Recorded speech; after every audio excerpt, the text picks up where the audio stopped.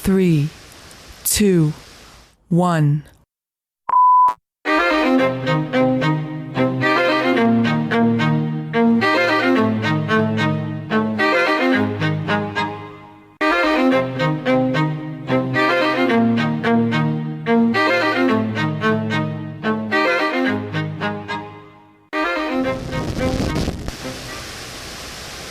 Welcome to the Politipop Podcast, the podcast where we take your favorite pop culture media and discuss the social and political themes within. I am your co-host, Mike Booch, a.k.a. Remember the Spliff of November, the Gunpowder, Treason, and Pot, a.k.a. BVE, Big Vigilante Energy, and I'm joined, as always, by my co-host, Ty. Yep, this is T for Ty. What's up, guys? I love it. And today we are reviewing the 2005 movie V for Vendetta. This bad boy was adapted from an Alan Moore comic book and directed by James McTeague. But cool thing is the screenwriters are the Wachowskis, formerly known as the Wachowski brothers. Yeah, kind of cool. I actually didn't even realize that till we rewatched for this, that they had written it. So it's kind of cool. Yeah, that's awesome. Alan Moore actually relinquished his writing credit for this film because of how badly his other movies were received, his other comic book to movie adaptations were received, and all of the credit and money from this went to the artist of the comic. Wow, that's kind of crazy. But, you know, like a lot of people talk about Alan Moore and they talk about how nuts he is and how, like, he wants to be, you know, away from society. He wants no part in this stuff. But after watching this movie and reading the comic, I have so much more appreciation for him as a human being. And I get it, man. You know, they usually ruin stuff. And, you know, we're going to get into the movie more, but they did make a lot of changes. All right, and you're going to be able to compare that to the comic because, unlike me, you actually read it. I did. I finished it like 15 minutes ago, so I'm ready. All right, that's awesome. So without further ado, let's get straight into it. Ty, please give him the plot. Sure. V for Vendetta. In a future British tyranny, a shadowy freedom fighter known only by the alias of V plots to overthrow it with the help of a young woman. Oh, I thought it was going to be longer than that just because of how long the film was, but no, I guess that's it. Yeah, that's they're usually good. They're usually good about it, man. They usually keep it short and sweet, you know. But, they're straight to it. There is a lot to this film. That's right. So we start off with this film. I believe they're in the 2030s. You can correct me if I'm wrong, but yeah, so I believe they're in the 2030s. It's the not too distant future. And they start off with this brief history of Guy Fawkes with the whole remember the 5th of November rhyme. For those of you who don't know who Guy Fawkes was, he was a Catholic religious fanatic who attempted with a few other people. Actually, I don't know how big the gunpowder plot crew was. The GPC, the notorious GPC. But he attempted to blow up Parliament in order to get the Protestant king out of there and get a Catholic king in, as far as I know. Does that about cover it?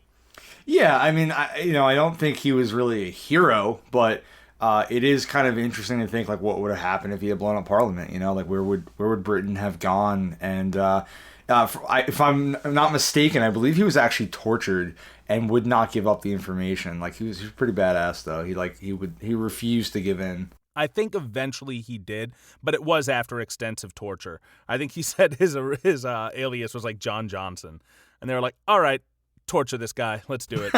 But yeah, so he was caught. He was executed publicly, and in England, they actually have a Guy Fawkes Day on November 5th. They burn an effigy of Guy Fawkes and eat potatoes, and remember. They celebrate the fact that he was caught and couldn't cause any damage to the country. But this movie is very much the opposite of that. So V's big plan is to actually blow up Parliament, and he wears a Guy Fawkes mask. The mask was actually designed specifically for the comic book, and then when the movie became popular, other groups like Anonymous and the Occupy Wall Street movement, they co-opted the mask for themselves as well. What is V's reason for wanting to blow up Parliament, Ty? Well, I don't think they tell you originally what the plan is, you know, why he wants to do it, but they're living in a fascist time. The government of Britain is fully fascist, and they have taken the rights away from most people. They have eliminated gay, trans, people of different races. It is, the worst possible future you could imagine. And his plan is to, bring back freedom to the people. And, he's going to destabilize the government, destroy parliament, and, incite a rebellion. Yeah, I mean, the one thing I'll credit this film with a lot of things. I don't know why I said the one thing I'll give this film. But the thing that caught me off guard is how they pretty much get straight into it from the get-go, which I really liked. They introduce V to Evie rather quick. But within, the first, 20 minutes, he specifically gets on TV and he's like, hey, I'm going to blow up Parliament. It sounds like Nicolas Cage when he goes, I'm going to steal the Declaration of Independence. I mean, it's kind of how the comic goes too. I mean, pretty quickly, we're introduced to Evie. In the comic, she's actually trying to become a prostitute because it's so difficult to make ends meet under this government that she's 16 years old, has no parents, they've been killed, and she basically is just trying to survive. And the night she tries to become a prostitute, she's going to be raped and murdered by government agents, the police there. I think they're called the Finger. And in the movie, she's out to meet a friend. Her I think it's actually her boss, Diedrich.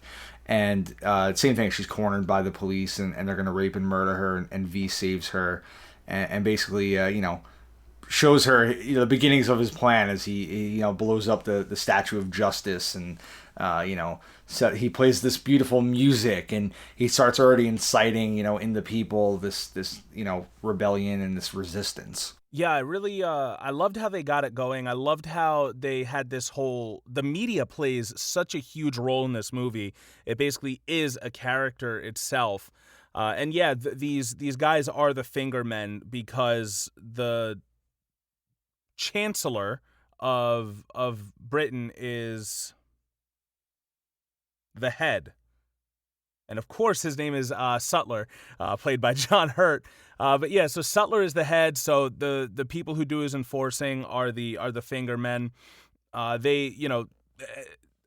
gonna hop around a little bit here because there were a lot of really awesome moments in the film. But from the beginning, this guy who is the mouth of, what do they call him? The mouth of London or the mouth of Britain? I think it's Britain. All right, so the mouth of Britain, his name is Prothero.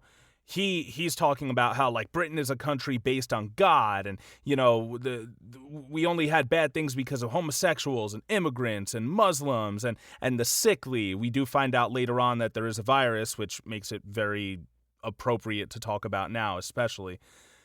And fascist governments, so. Yeah, yes, also very appropriate to talk about.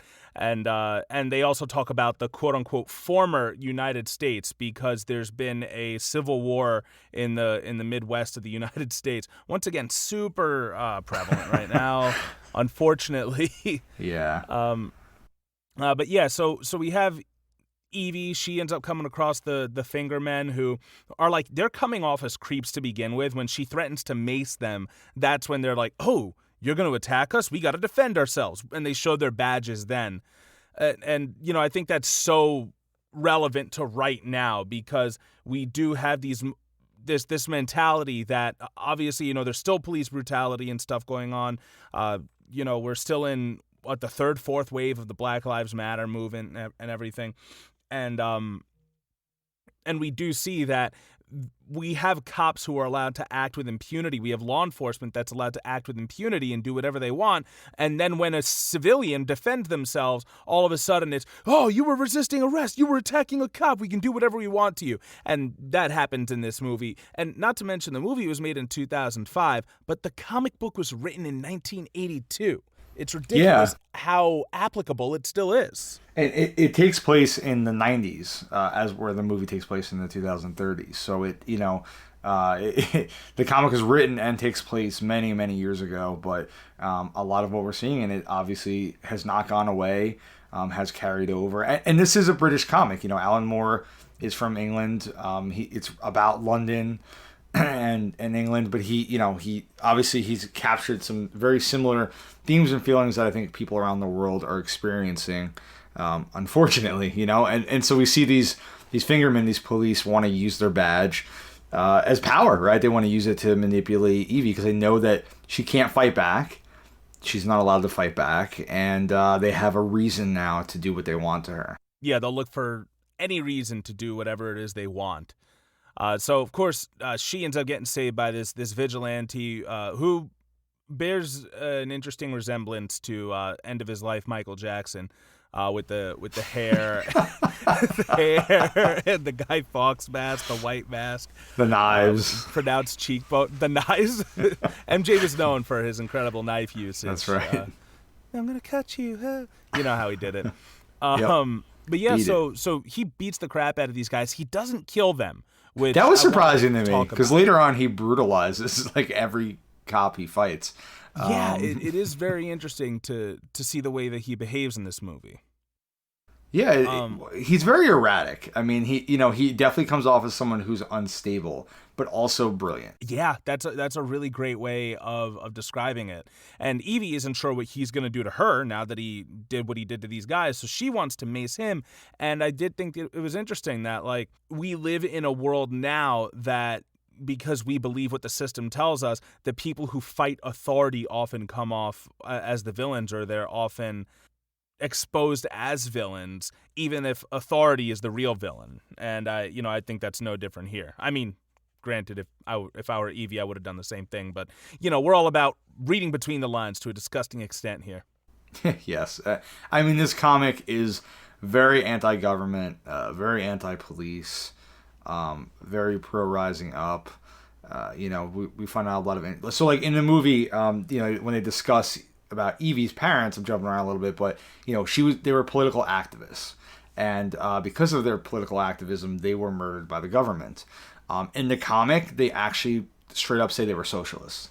So they were socialists who were killed by... Get the fuck out of here. No, I swear. They were socialists who were murdered by a fascist government. So, Alan Moore was not fucking around. He was coming out and just saying exactly, how he felt, and basically saying, listen, like socialism, communism even is the enemy of fascism. And I think it's a debate that we're having right now, with Trump calling out Antifa, and people, calling Black Lives Matter supporters communists and socialists and all kinds of things like that, as if it's a bad thing. But, when it really boils down to it is, yeah, that's socialists are the enemy of fascists, and fascists are not the good guys. Like, let's not forget that here. Yeah, like if you're pro-fascism, that's the only reason you have to be, against socialists or anti-fascists or whatever you want to call them. Lots of fun buzzwords that conservatives like to use anytime anything is inconvenient. It's, this is communism. You're a commie. I don't like what you're a commie. You're a commie. You're a commie. But yeah, I'd also like to just give an amazing kudos to the writing of this film, to Hugo Weaving's delivery. I wrote down in my notes, I'm like, this is a hero who speaks in iambic pentameter. It's amazing. He just seems so well collected. She asks him, who are you? And he has this whole, who is but the form following a function of what? And what I am is a man in a mask. So I like that right there, because he doesn't really think of himself as anyone special. He thinks of his ideal as special. He just says, I'm just a guy in a mask. And, at the beginning of the movie, there's also this voiceover, this narration that says a man can be caught, killed, forgotten, but an idea can change the world. And we see that illustrated in this film as well. Yeah, I mean, I think he knows right off the bat he cannot save England, he cannot save the world, single-handedly. But if he can spark the idea, if he can get the people to believe in that idea, then that can save them, right? And it's something that I think we've discussed actually on this podcast. I know a lot of people, on the left have talked about it, when Bernie Sanders kind of, for example, supported Joe Biden.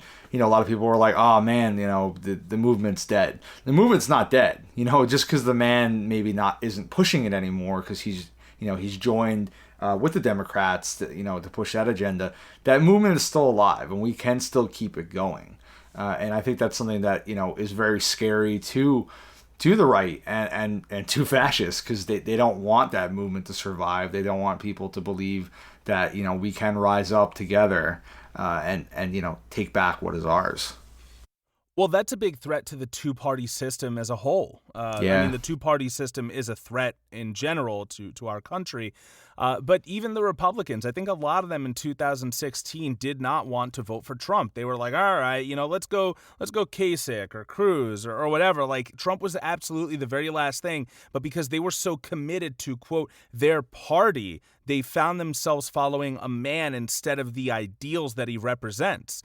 He didn't really represent, as far as I believe, a lot of true conservative ideals, a lot of Republican ideals, because I do believe that pretty much every, racist and hateful person is most likely a Republican, but I don't believe that every Republican is a racist or hateful person, I agree with that. Absolutely. And, I think to this day, he still doesn't represent their ideals. He does whatever he wants. A lot of people that are conservative, they claim they love America, right? Like, there's, nothing more passionate than loving your country.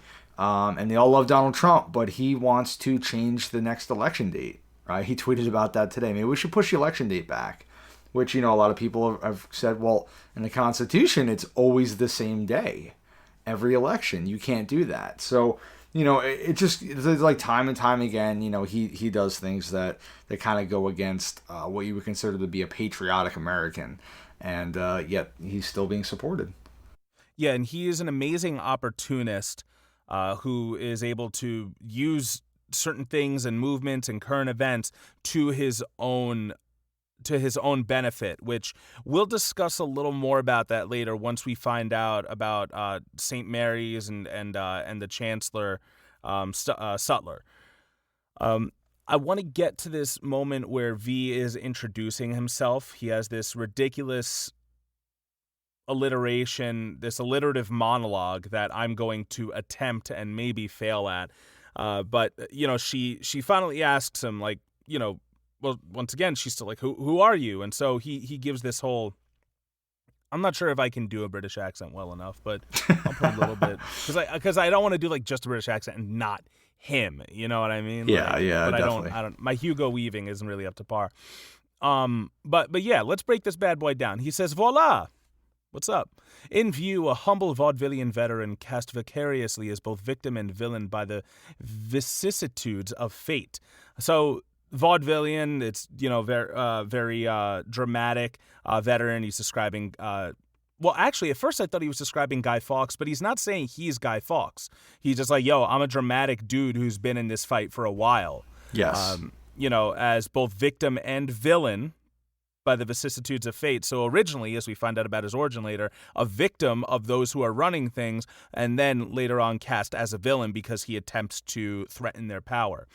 This vicious no mere veneer of vanity is a vestige of the vox populi, now vacant, vanished. So he's basically saying I'm wearing a mask. I'm not vain. This isn't about me. It's about representing the voice of the people, vox populi. Only reason I know that is because Sean Astin has a political podcast called Vox Populi, which is meant to mean voice of the people. Oh, nice. I did not know that. That's kind of cool. Yeah, I found it out when he was interviewing on a voice actor podcast. And he says, now vacant, vanished, meaning that there is no more voice of the people, no more will for them. However, this valorous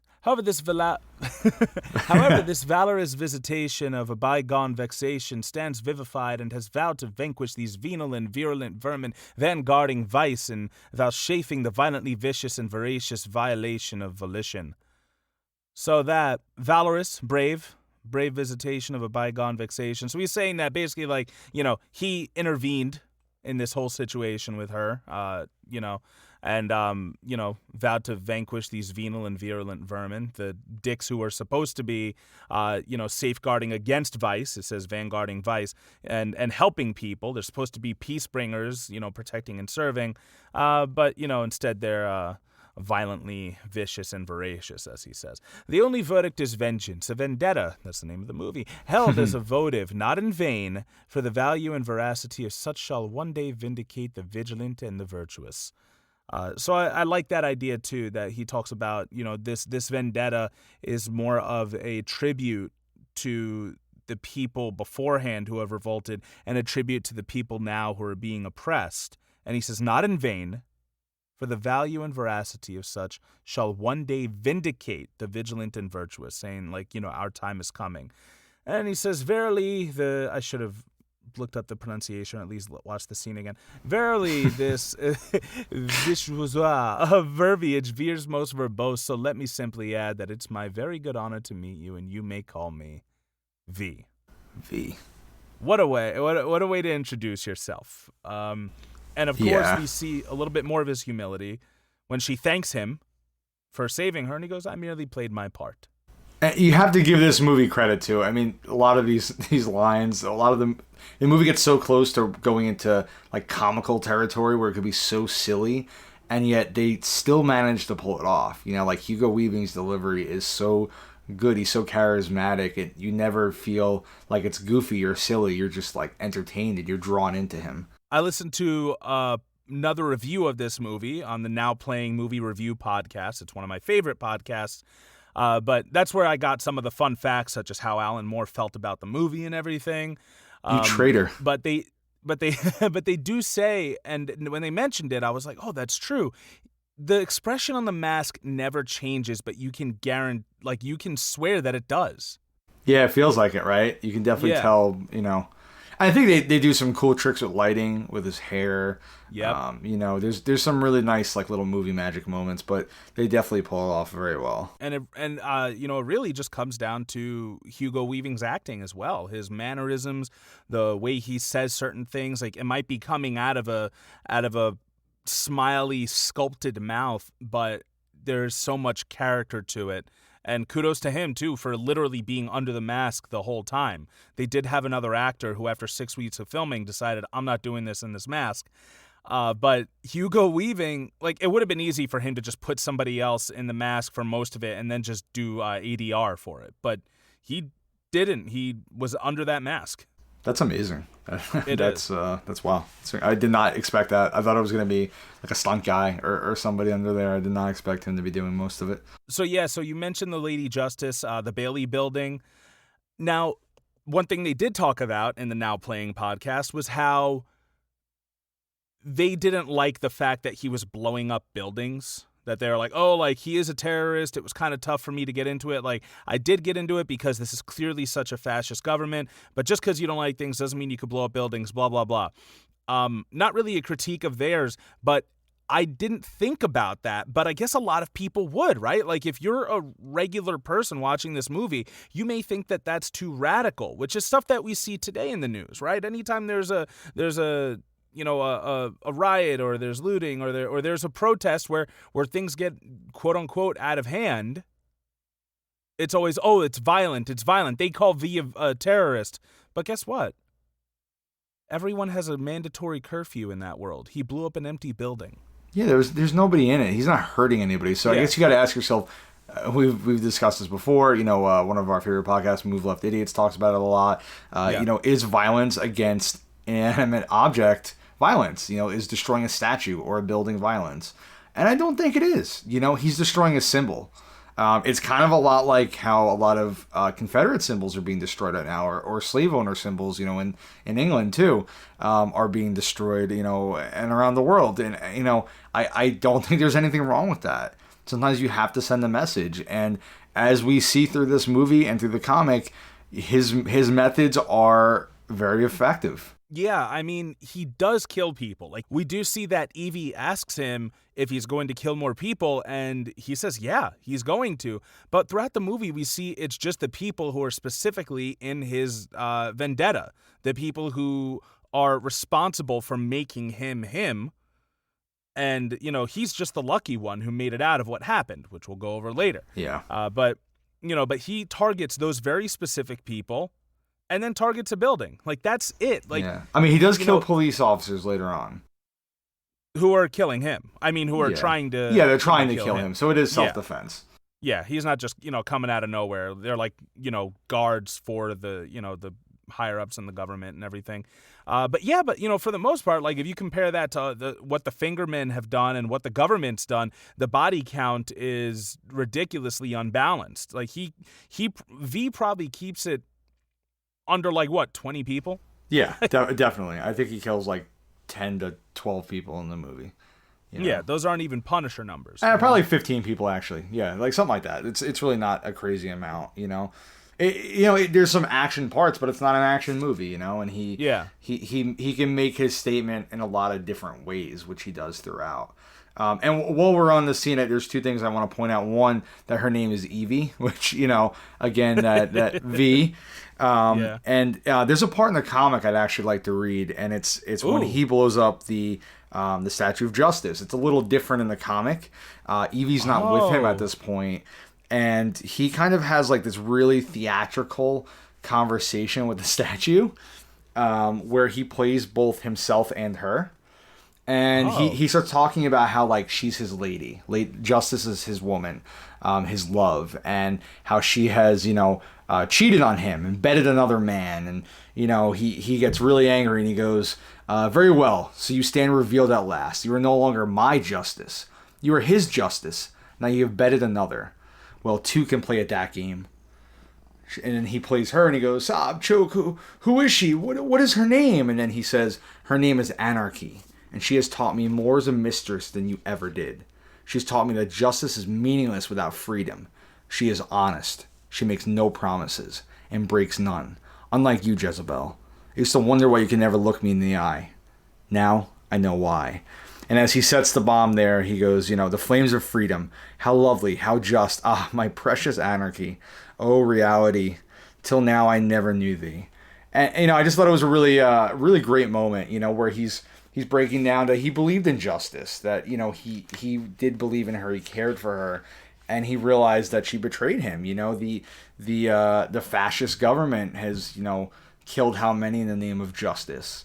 So he chooses anarchy, where he can give, freedom back to people. And that is a lot more honest and truthful than anything he has seen from the government. Wow, I didn't expect to get erect while recording this podcast, but oh boy, you did it. Just listening to that, I really can't wait to read that book. You know what? Let me throw in another fun fact there. But apparently, Alan Moore was not a fan of when this movie came out, and apparently it was meant to kind of critique America. He originally wrote it to critique Thatcher era London. So, he was kind of why don't you just do an American version that's set in America? But they didn't do that for whatever reason. I will admit that at the time in 2005, I was 15, 16 years old. I could not care less about this movie. I thought it was too long. I didn't get it. One of my friends was like, "Oh, I love when they blew up Parliament." And I was like, "Oh, really?" I didn't care. I couldn't have been less politically illiterate if I tried. I really didn't get it. And then, now 15 years later, I'm crying watching this film because it is unfortunately so relevant. And they thought it was relevant then, let alone now, when our government is a fascist government, depending on who you ask. We do see a lot of similarities between our government and this government. It's on the path. I don't necessarily believe we're in a fascist government, because at the end of the day, we still have the opportunity to fight and communicate. But we're on that path, and we're getting closer every day. So I do think this movie really, is a great warning.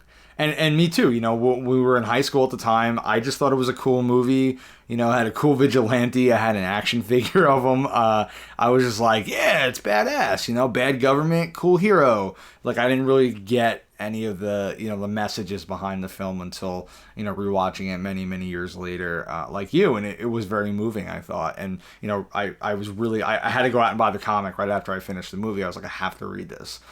Because it just awoke something in me that, obviously I've been feeling, and I'm like, wow, this is powerful stuff. It really really was. I remember texting you while I was watching it and saying that it was actually getting me more hype than Snowpiercer did.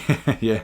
Which is saying a lot because Snowpiercer is more of an action movie and this isn't. Yeah. And yet it kept my attention throughout the entire film, not just during the action scenes, because they also have this mystery that they draw you in and you want to know who V is also.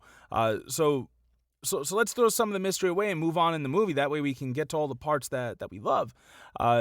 So they mention as soon as the explosion happens, the government, they have all, the chancellor has his meeting with like, his guys who give commands to their guys, blah, blah, blah.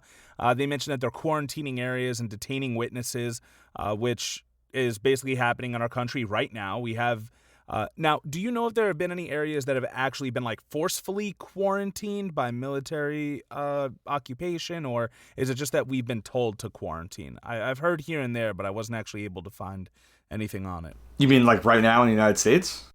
Well, when COVID started.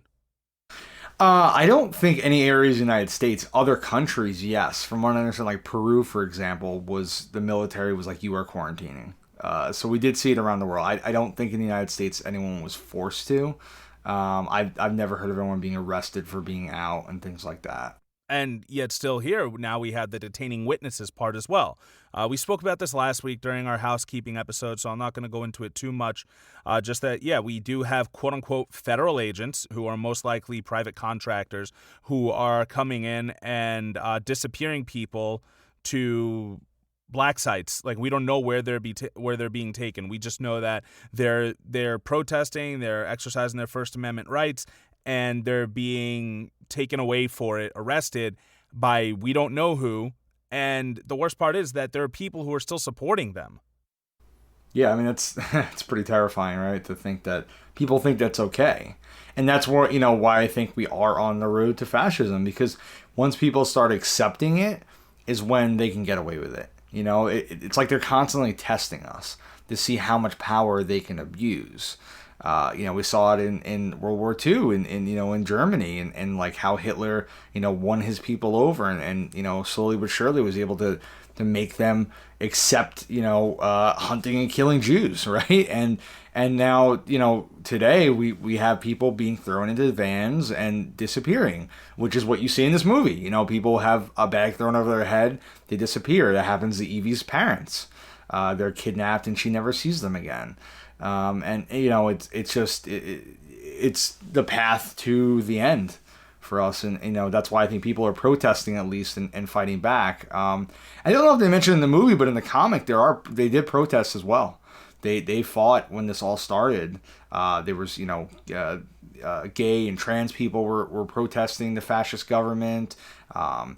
Black, brown people, Muslims, anyone you can imagine that they were supposed, that was fighting for their lives. They did in the beginning of the comic, they did protest, but eventually they were, eradicated. Yeah, and one of the worst parts of what we have today is that there are people who are okay with this disappearing of people because they're simply told, oh, these people are criminals. They're commies. They don't like America. They don't like freedom. So it's fine to take them away. And I think I mentioned last week in my indignant rant, but it's going to be you. It's going to be you at some point. If you were, let's say you were doing a mask protest because it's become a political thing, our public health, and you were at an anti-mask protest. Let's say you came unarmed, whatever, and just for being there, you started being disappeared for exercising your First Amendment right. Like it's a little bit different than, quote, like, oh, these liberal pussies who think that racism is bad. Like, it's going to be you at some point. It's ironic, right? Because they're saying, commies are the enemy of freedom. Well, you're literally having your freedom taken away right now, and you're okay with it. And, I think what really drives me nuts is whether you agree with these people, like them or not, they are fellow Americans, right? And the fact that you're okay with them being treated this way, that's a scary thought because, we should be united. We should be together. And, where is that passion for America if you're okay with its citizens being, injured, killed, or kidnapped? Yeah, if you have a "Don't tread on me" flag at all, or any of those sentiments, you should be upset about what's been happening. And it's not just Portland anymore. They've been doing it in other cities as well, which I'll throw in the show notes. Yeah. So I mean, getting back to the movie, after the statue is destroyed, V kind of made his impression on Evie, and obviously is something that stuck with her. But more importantly, the government has cameras everywhere, right? So they're constantly watching, which I think England does have CCTV pretty much everywhere, so it's not that far fetched. And they are able to see these fingermen attacked by V, and they're actually able to see Evie as well, and they start working on who her identity is. Yeah, and we also see this amazing spin that they just have ready.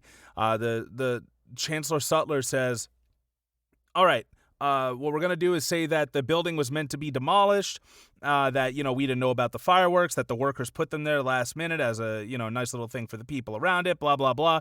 We're going to say that, the old statues need to be torn down and we need to put up new ones. Who cares about that history?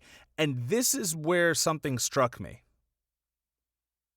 It's very easy for somebody else, let's say a pro-Confederate statue person, to watch this movie and empathize with V the same way you and I are. I think it's very easy for them to do that, and it's kind of scary. Because there's also they feel that if they can't misgender a trans person, that their First Amendment right is being stepped on. They're like, all right, they're stepping on our First Amendment rights. They want to get rid of our history, the government's blah, blah, blah. But we still love the guy who runs the government. I don't know where that part comes in. I honestly don't. But I have seen a lot of these arguments in other circles. We'll talk a little bit later about we can talk about the Bill Gates conspiracy to create COVID-19 and how that kind of happens in this movie. Yeah, it's very eerie. It definitely, gave me some chills watching this. Yeah. And there's this really nice line that they have inside the newsroom where it says, "Our job is to report the news, not fabricate it. That's the government's job." I really like that. We also get introduced to Evie's boss. His name is Diedrich, who at the beginning, he seems kind of like a Weinstein, Roger Ailes sort of character. He seems kind of creepy, a little in her face and stuff. Yeah, and we know, if you really pay attention in the beginning, that's where Evie's going to meet, who she's going to meet. And she's getting, all made up, right? She's doing her hair, putting makeup on. So, it obviously he likes his, pretty young ladies and that she's trying to impress him, when she goes to meet him. And it kind of seems like that's who he's going to be. But, obviously later on we find out he's not exactly who he appears. Yes. While Evie is at work, there ends up being a little bit of a stunt here that V pulls. He manages to hack their newsroom and start premiering all over Britain. Can I read a little bit of his monologue? Please. All right. So he basically gives this whole speech, which once again, if you're paying attention, you may find is a little relevant to now. But I'll give a segment of it, which is still going to be too long. So he says, why? Because while the truncheon may be used in lieu of conversation, words will always retain their power. Words offer the means to meaning, and for those who will listen, the enunciation of truth. And the truth is, there is something terribly wrong with this country, isn't there? Cruelty and injustice, intolerance and oppression, and where once you had the freedom to object, to think and speak as you saw fit, you now have censors and systems of surveillance coercing your conformity and soliciting your submission. How did this happen? Who's to blame? Well, certainly there are those more responsible than others, and they will be held accountable. But again, truth be told, if you're looking for the guilty, you need only to look into a mirror. I know why you did it. I know you were afraid. Who wouldn't be? War, terror, disease. There were a myriad of problems which conspired to corrupt your reason and rob you of your common sense. Fear got the best of you, and in your panic you turned to the now High Chancellor, Adam Sutler. He promised you order, he promised you peace, and all he demanded in return was your silent, obedient consent. Last night I sought to end that silence. Last night I destroyed the Old Bailey to remind this country of what it has forgotten. More than 400 years ago, a great citizen wished to embed the 5th of November forever in our memory. His hope was to remind the world that fairness, justice, and freedom are more than words. They are perspectives. So if you've seen nothing, if the crimes of this government remain unknown to you, then I would suggest you allow the 5th of November to pass unmarked. End scene. So good. It's so good. I mean, it's such a great speech. As he was saying that, I was like, what? I was like, war? Terror? Disease? Us just giving our consent to a leader who's going to take over using these things? This is wild. But, man, how could he have called it, Ty? How could he have predicted it? Because we've seen it before. I mean, it's reality, right? I mean, literally, that's what Hitler did. It's happened in the history of the world. So, it is weird that he's predicted it so closely to what's happening now. But I think Alan Moore was a really intelligent man, and still is, I guess, even though he doesn't really do much interviewing or anything now. Yeah. But he's kind of distanced himself. But I think he saw the world for what it was, and he used comics as a means of expressing his feelings about these things. And it's interesting because I feel like his work is considered some of the most seminal comic books of all time, right? Like he's written Watchmen, things that people have studied and read for many years. The Killing Joke. The Killing Joke. And I feel like a lot of people who read that maybe didn't get the messages. They may not, a lot of comic book fans might not agree with what he's saying here. And I'm like, where's the disconnect there? I don't know, but he has a very clear message, and he's not hiding.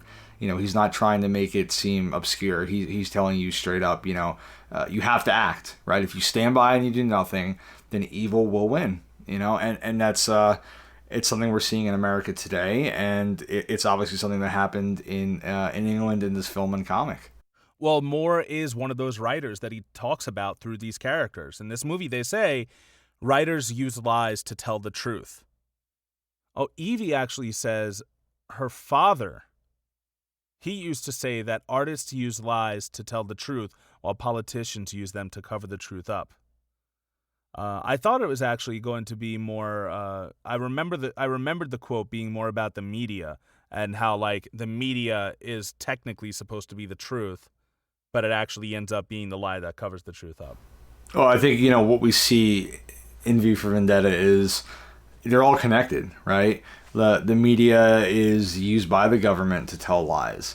The church is involved. They're all hand in hand manipulating the public while the everyday people suffer, right? Yeah. And now V, he's actually in this news studio. That's how he was able to hijack it. He had this, I think he played the cops against themselves, which is a great move. He put the Guy Fawkes mask and a cloak on every single person in the room. And, of course, the first person the cops see that looks like V, they gun him down and shoot him. And it turns out that he was a civilian. And it's like, oh, damn. Like, did V kill those people, or did these guys definitely kill those people? He was still alive at the end. He might have lived. Oh, well, all right, there you go. He's fine. The only officer who really, shows any reserve is Finch, right? And, it's kind of good timing on V's part because they're there to arrest Evie at the same time, right? So there's like this SWAT unit coming in to get V, and then there's Finch and his partner, I think Dominic. Yeah, they're coming to arrest Evie after seeing her on the screen, And I think Finch is a little more intelligent than a lot of the other police officers, and he kind of figures it out very quickly that they're being played against each other. And he's like, hold your fire, And he checks, he pulls the mask off, and he's like, all right, like this, we're falling right into his trap. Well, Finch is a detective. He is. Or, I think that he's a chief inspector, but we would call him a detective.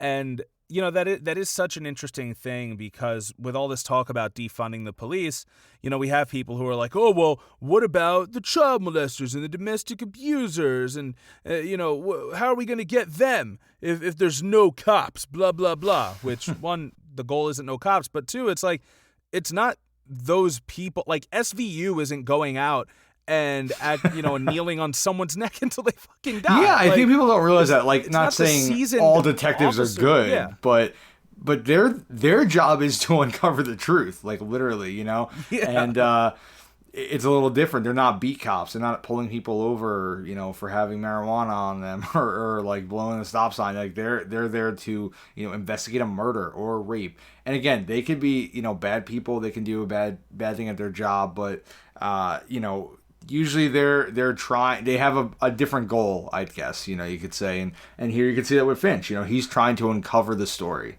He's trying to get to the truth. I think he even says to his partner, you know, let's talk to her for a few minutes before Creedy's men throws a black bag over her head, you know, because he knows that she's going to get thrown into one of these, you know, prisons that no one will ever hear from her again. But he wants to get her side of the story first, you know, and he only has a few minutes to do it. So, like, you know, he's telling his partner, let's try to get that information before she gets taken away. It is interesting to see that he is complicit in that too. Like, he's kind of like, well, the system is what it is. Like, I work in the system, but it just kind of is. Yeah, I mean, his portrayal in the movie is a lot more flattering than it is in the comic. And as we get further along, I'll kind of tell you, you know, where they differentiate. But you know, that is, you know, it's true. He's a part of the system. Yeah, I heard that the way he reacts to what he finds out is a little bit different in the book. So yeah, we do find out that V actually is in this crowd. You know, he gives the work to a few of these cops. He's actually caught by Finch. Like, Finch has him dead to rights, and Evie is the one who comes and helps him by macing him. V decides that he's going to kidnap Evie in order to keep her safe.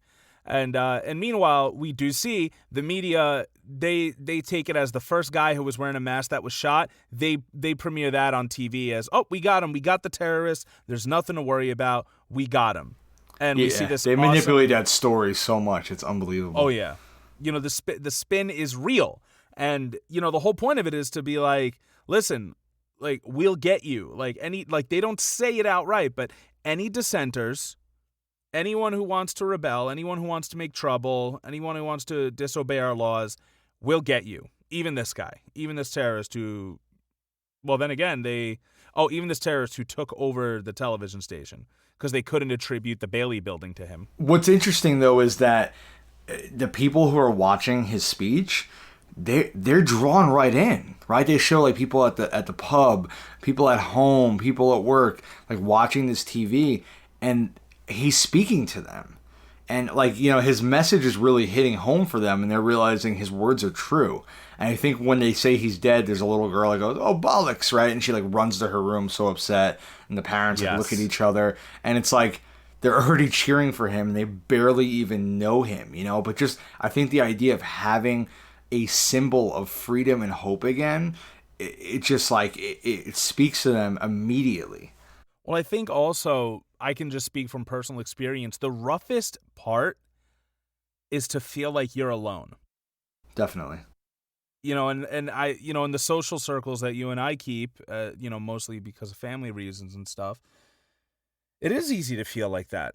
And, you know, it's what they said in that last Star Wars film, fucking Rise of Skywalker. Never heard of it. Regardless of how you feel about the film, they say that's how they win, by making you think you're alone.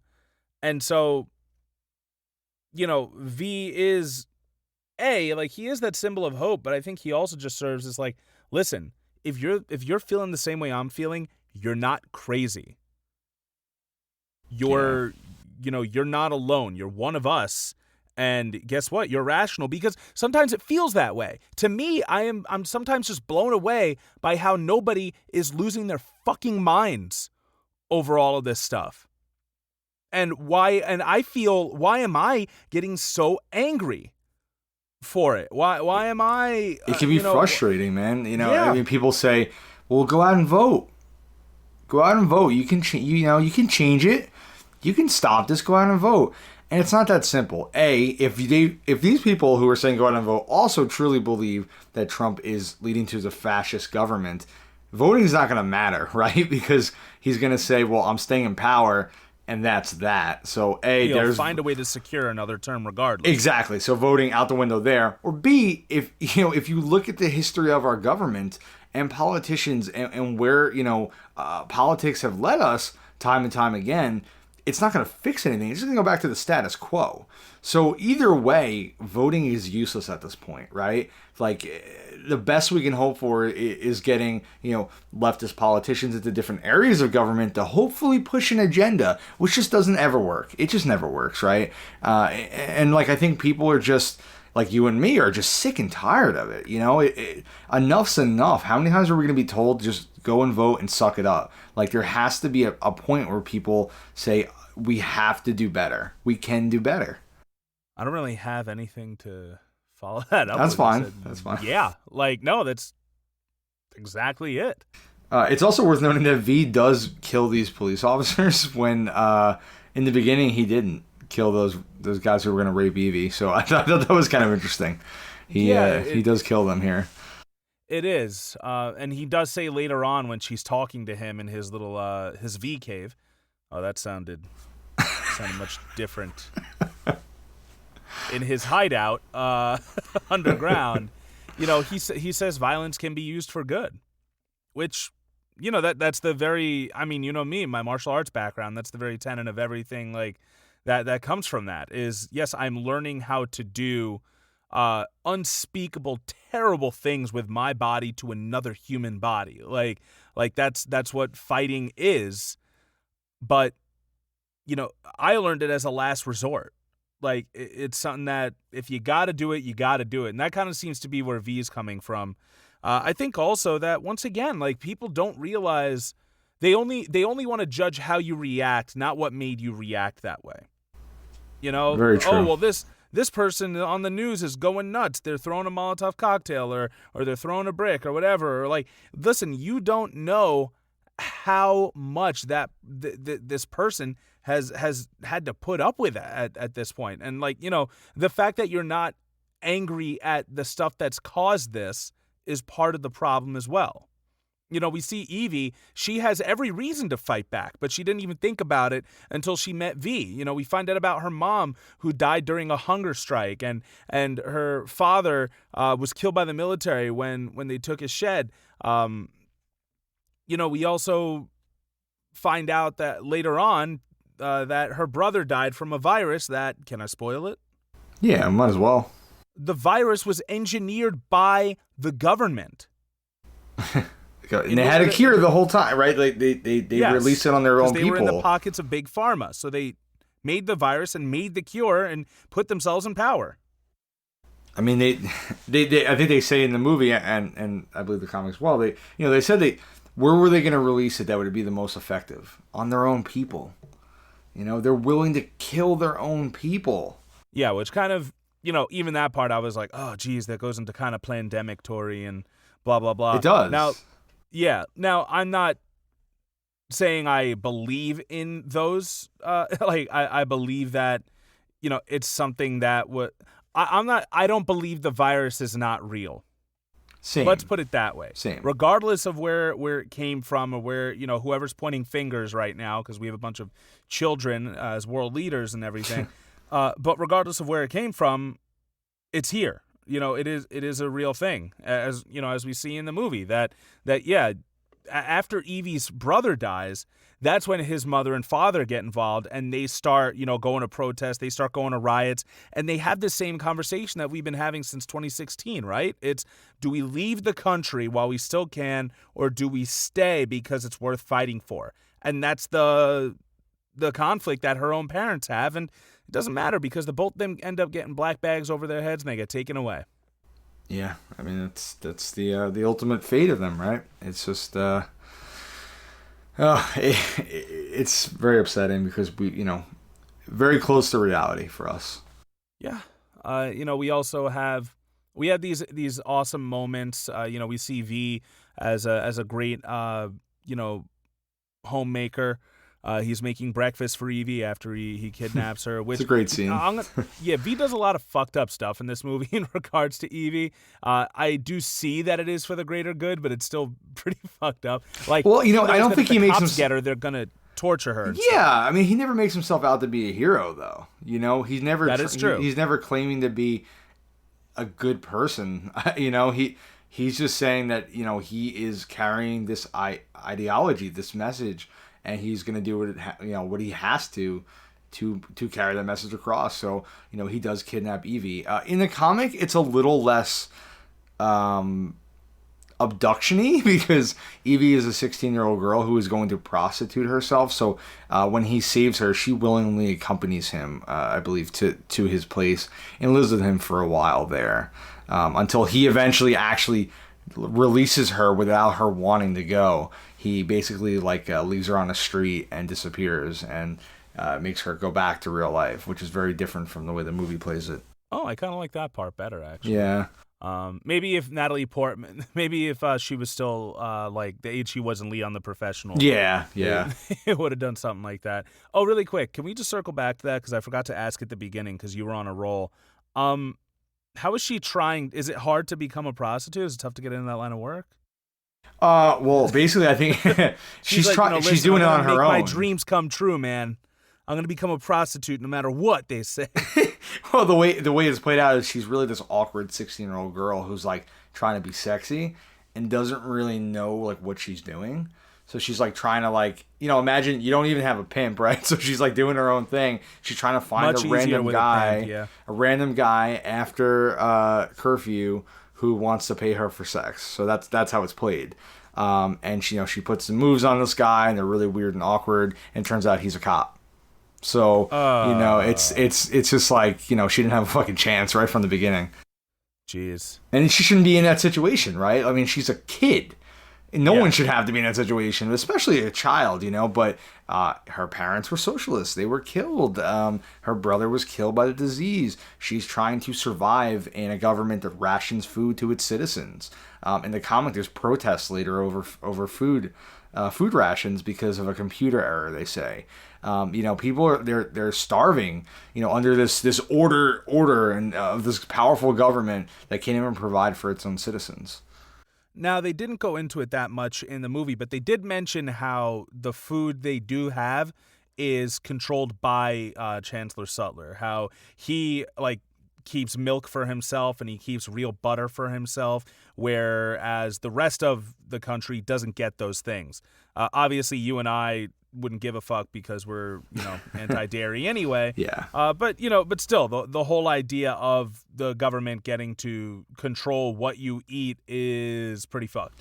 Yeah, we saw it in Snowpiercer, right? Yes, we did. The upper class still gets the best, and he gets the high quality food. Well, we don't know what kind of food he's feeding his citizens, but Evie's reaction shows that it must be pretty poor food that they're feeding them if she's that impressed by butter and milk, Yeah, that's true.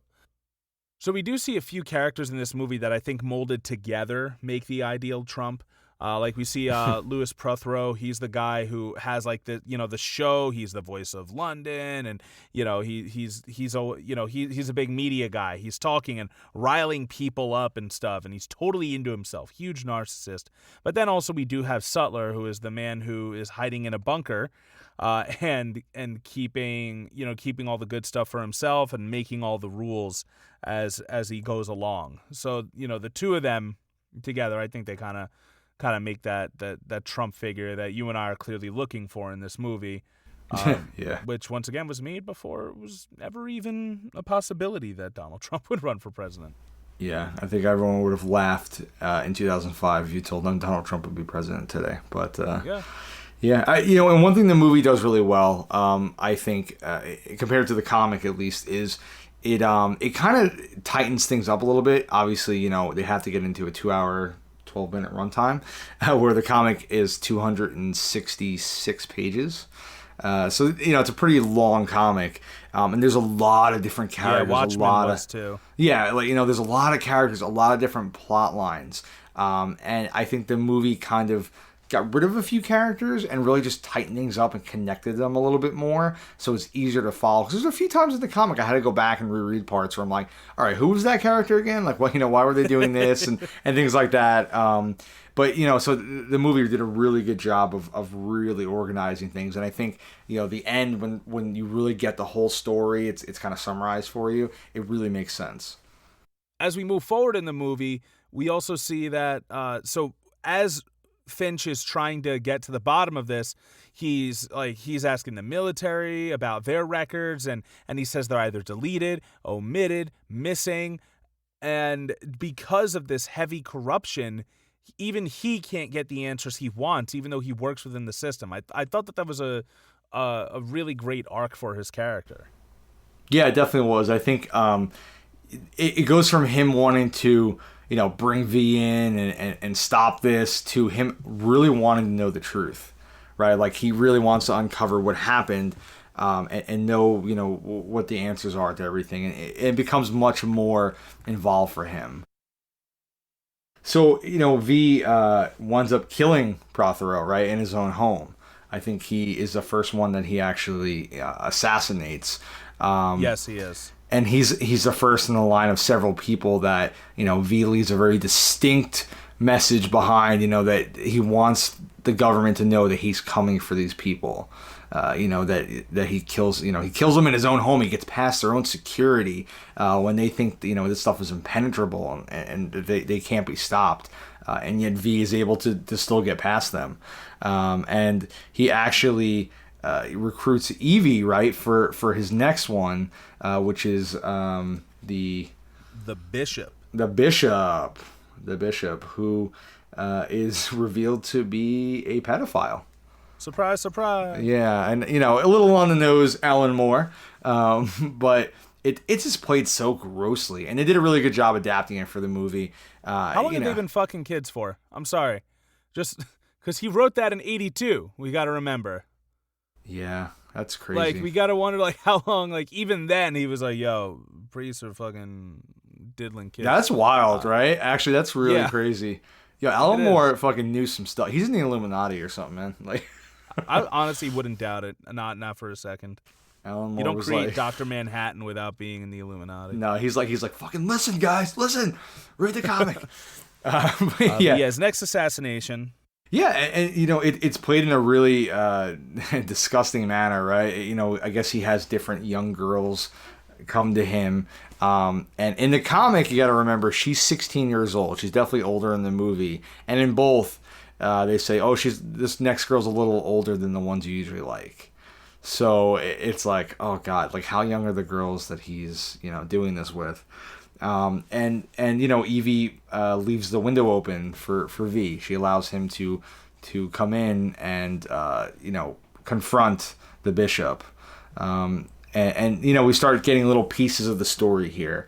Realizing these people have hurt V. He knows them personally. Yeah, and we also see in this moment that everywhere is bugged. Like, there's a truck that's constantly driving around, and I believe they hear what's happening with the Bishop, and they know that that's just what he does, and they're going to let it go because he's paid up with all the right people. He's connected to all the right people. Yep, they know exactly what he's going to do, and they're okay with it. They accept it.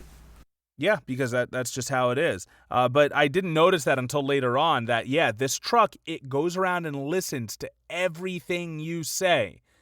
Once again, Alan Moore at this point predicted smartphones. Yeah. I mean, they're spying on their own people, though. That's the crazy part. Yeah. They're spying on their own people.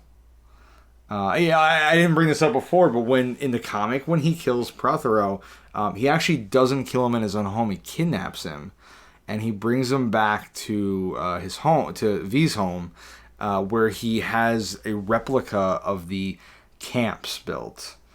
And he dresses Prothero up in the military garb that they would have been wearing there. And V refers to it as a concentration camp. And he's like, come on now. He's like, Prothero, we have some people to kill. We have stuff to take care of. And Prothero's like, no, that's not true. I wasn't there. I wasn't at the rehabilitation camps. Whoa. He actually said, he slips. And wow. V's got him. V's got him dead to rights. Oh, that's so good. They were mentioning that in the Now Playing podcast too. How now this was one of the rare cases where, because they have some people in the group who are like comic book fans, some people who aren't, some people who just like reading novels and blah blah blah. Everybody in that podcast review group read the comic book. Oh, that's cool. Yeah, and they kept bringing up that it was like the concentration camps thing. It does turn out that, do you want to just go into V's origin real quick? Yeah, we might as well. Let's let people know. Yeah. So it does turn out that the government manufactured this virus and then used that virus to get, what's the word for people who aren't treated? Oh, marginalized. And then use that virus to get marginalized people into these camps, and they were doing some sort of experimentations on them. I believe none of them survived. They were kept without food. They were tortured. They were treated terribly, and then thrown in mass graves as naked as the day they were born, which, once again, right now we do see that primarily COVID-19 is impacting communities of color. And at least in New York, we have had mass graves that we've had to set up. We've had to bring in refrigerated trucks for all of the bodies that were killed in our first wave of the virus. But moreover, that it kind of reminded me of how there's always that conservative meme that's going around. It's an anti-masker meme that says like, oh, I bet 99% of you, if the media told you to get into a boxcar and go off to another place, that you would go. And God, sorry, it just reminded me of that. And I'm like, you guys are the ones who, if Trump said to get in a fucking boxcar to go off wherever, you would go. You'd be like, get in the boxcar to own the libs. Owning the libs. Yep. Exactly. Yep. But yeah, these camps, right, where they experimented on people, and in the comic they really go into how all these different people, a lot of them were gay and lesbian people, and and trans and all those kind of things, and they were using them as guinea pigs, which was so horrible and so disgusting. And they had different theories. At first they thought it was the women who would survive it, and then the women started to die, so then they thought maybe it would be the men, but then the men were dying equally. But there was one room, one person there who kept surviving, and that was room number 5, which in the Roman numeral is a V. It's a V. And that's where he comes in. Now, did they say exactly why he survived? Like, did he get superpowers from these experiments or something? They allude to it. They're very vague about it. They don't. Okay. They just say that he keeps surviving and his constitution is really strong. But he's just like right from the start, he's very strange and erratic. He's actually playing with I think it's like fertilizer or different chemicals in his room in the comic. And Prothero's like, I don't like this, like he shouldn't be playing with it. And Delia, the doctor who really did a lot of the experiments, she's like, no, like, we have to keep studying him. We have to keep studying him. And she keeps interacting with him until one day there's an explosion, and it turns out that he's been preparing this. He's been building this explosion this whole time, and he kills many of the guards at the camp in the explosion. And out of the flames, he comes. He's reborn, and it's a frightening sight to Delia to see this monster to her, emerge from the flames. And they kind of did that in the movie too, right? Showing him like come out of the flames and surviving it. But he did this, he was planning it the whole time. He's a genius. He's really, really intelligent. And he decided that he was going to get revenge on these people one day. Fun fact, did you know that the stunt guy who did that fire stunt actually walked through those flames? I did know that. Yeah, that he walked through, and they pretty much just had a G-string on him, and they had this like fire-resistant gel that was on ice for hours that they put all over his like pretty much naked body, and he had to walk through those flames. No way! I was kidding. I didn't actually know that. That's crazy. Wow. Yeah. It's nuts. But stunt people very much are. They will do some crazy things, and they're also awesome. They are unsung heroes. So we see that after Evie escapes this whole Bishop situation, she runs to her boss, Dietrich, which I thought this was going to be a terrible situation. I thought it was going to get creepy real quick, but he takes her down into his little basement, and you find out that he is actually a collector of outlawed art. This is something we forgot to mention before, but V's entire bunker is also outlawed artifacts. Not just art. the Quran, right? Like different, like anything that they deemed not part of their white, straight fascist society was destroyed. They got rid of it. There was nothing left of it. Yeah, and they mention at one point that they use the virus to homogenize the world, or to homogenize their country. So yeah, like we pretty much see all of the same kinds of people. And now that I'm thinking back to it, there weren't any black main characters, were there? No. But I believe in the camp, we do see flashbacks with people of color. We see all different types of people in these camps, and yet when we view the characters in the movie, that's the end result. We see people who are left, because they were deemed the right kind of people by those in power. Yeah, I mean, intentionally they don't tell you, but it does make you wonder, like, why was V in that camp? What deemed him, worth putting in there? I would say mentally ill, but that's Maybe probably not true. That's why. I mean, for me, it was like I saw the facility and it just spoke like asylum to me. Yeah, I mean, I always thought maybe the situation drove him, a little crazy, but maybe he had things before that, and they just figured, yeah, here's the best way to treat him. Yeah.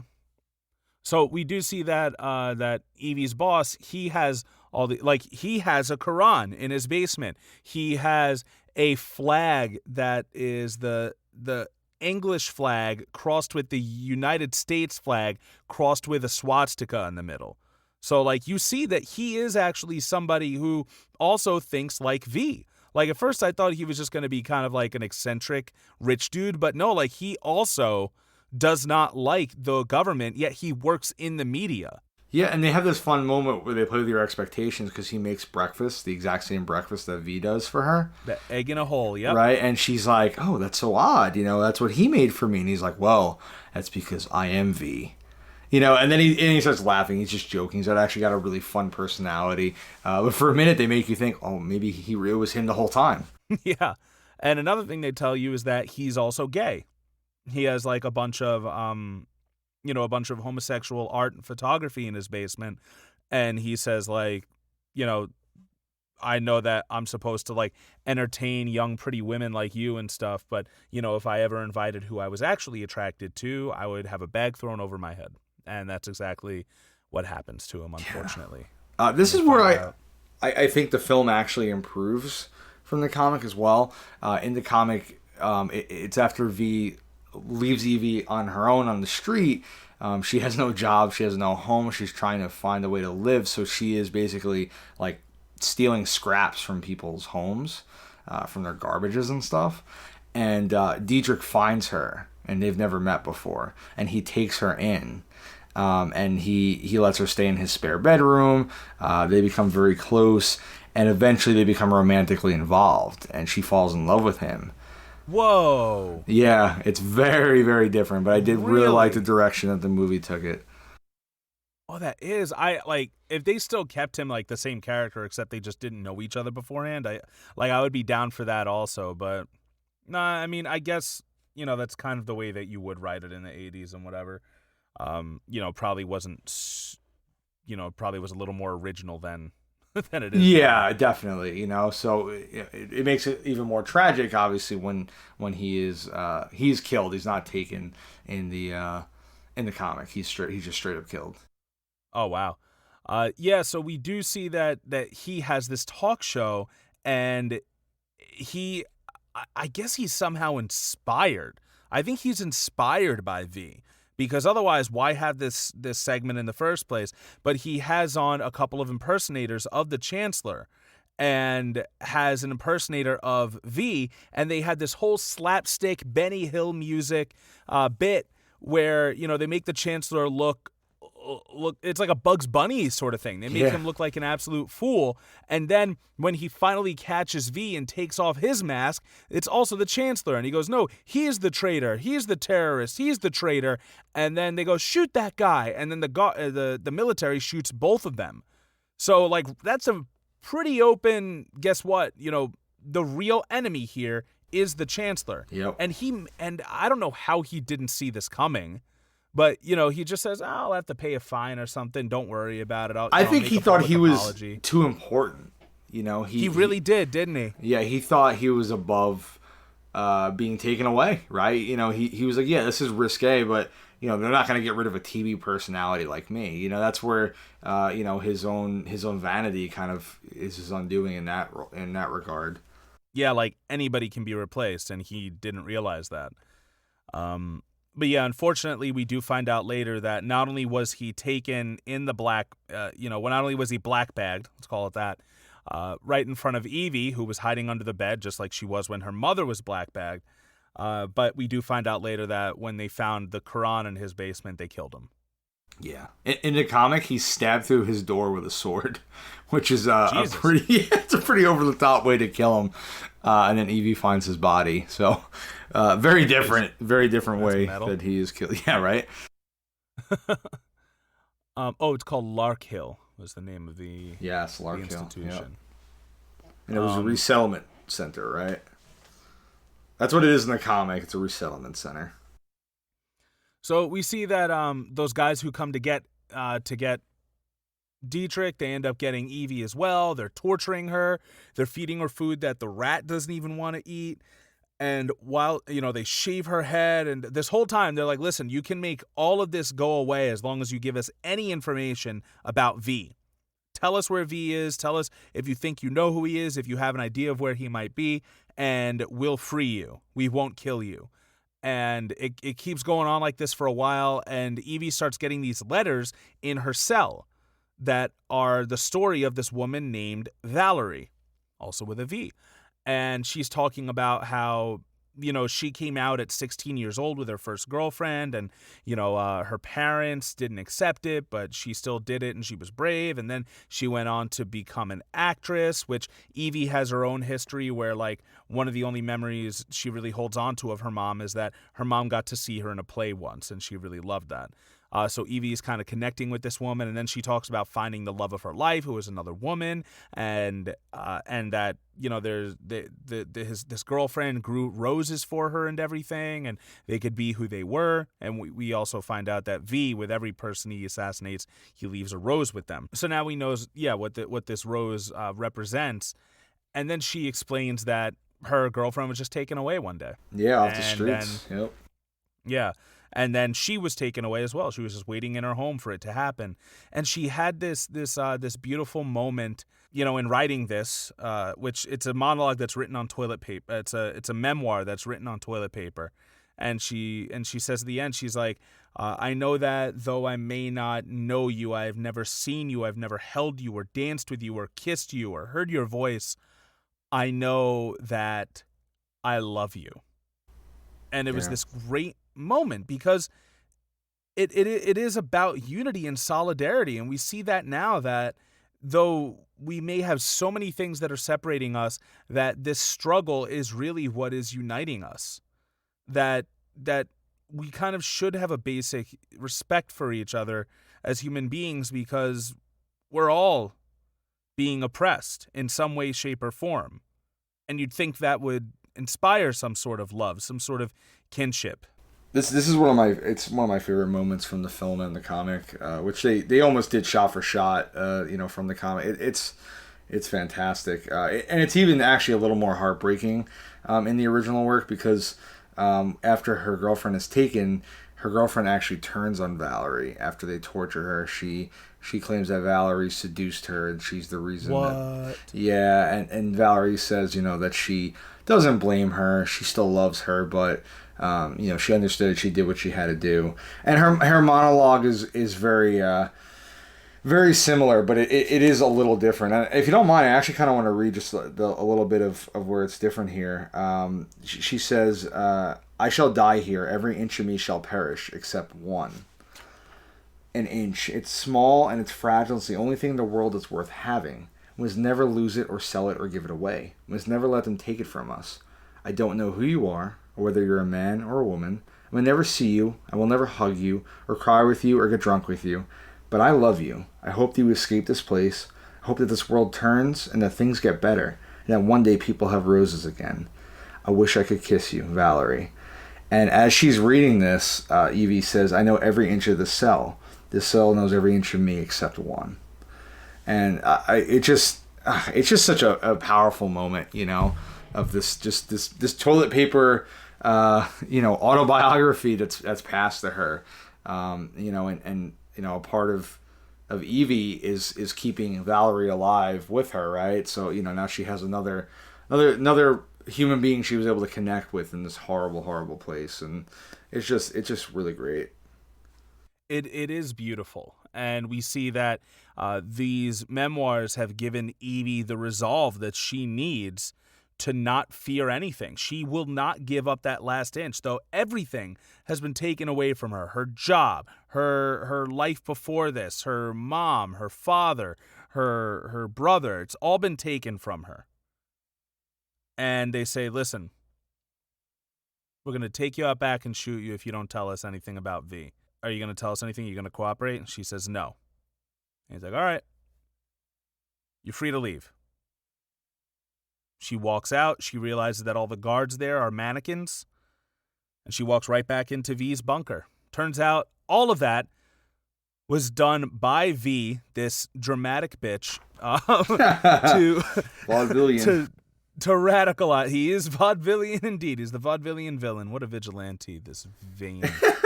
Yeah, I mean, he literally tortured her, and did horrible things to her. And she says to him, she's like, "You tortured me. Oh, you tortured me." He goes, "Because I love you, because I want to set you free." And it kind of harkens to the Fight Club quote from Brad Pitt when he goes, "It's only when you've lost everything that you're free to do anything." Yep. And unfortunately, she does come to a place where she's absolutely fearless. She doesn't fear death. If you don't fear death, what is there to fear? She's completely liberated by being in this fake prison. And V did to her what was done to him. Yeah. And she even questioned, she was like, "Oh, I would have, these letters, they wouldn't have did what they did." I'm not saying verbatim, obviously. If I'd have known that you wrote them. And he's like, "Oh, I didn't write those. Those are the same letters that V was given by Valerie when he was in his cell. For all we know, those letters gave him his resolve."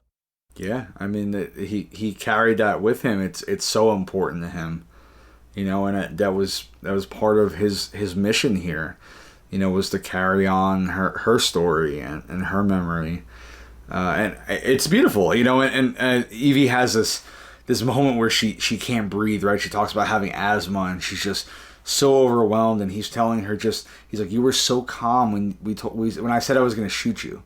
When I was going to kill you and you looked death in the eyes and you were fine." He's like, "Find that again." And she does. And she's able to calm down. And then he does take her up to the roof where it's raining. And she has this moment where she's like reborn, right? She has her arms outstretched. Beautiful. And it goes back to when he was reborn from the flames. The same exact thing, and she no longer has that fear, and she has something in her that maybe would have never been awoken otherwise. Yeah, I mean, he was born in fire and she in water with this, this rebirth, and it really is beautiful. Do you think there's a symbolism to that fake prison?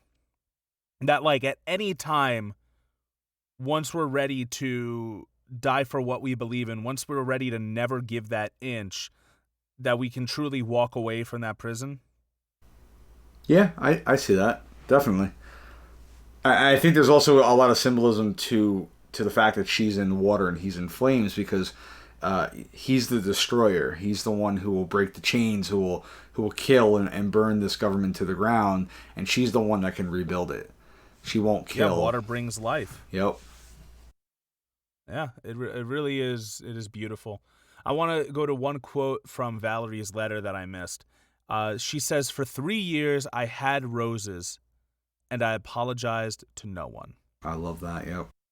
And that is really beautiful. This idea that even if for a little time she had some freedom, she was able to appreciate it and able to die as herself and not as a victim, not as a coward, not as a turncoat. She was able to die as herself. And, we should all be so lucky. Yeah, she was open and free and honest with who she was, and that's, that's what brought her happiness. That's what, can bring anyone happiness if they can just live their truth.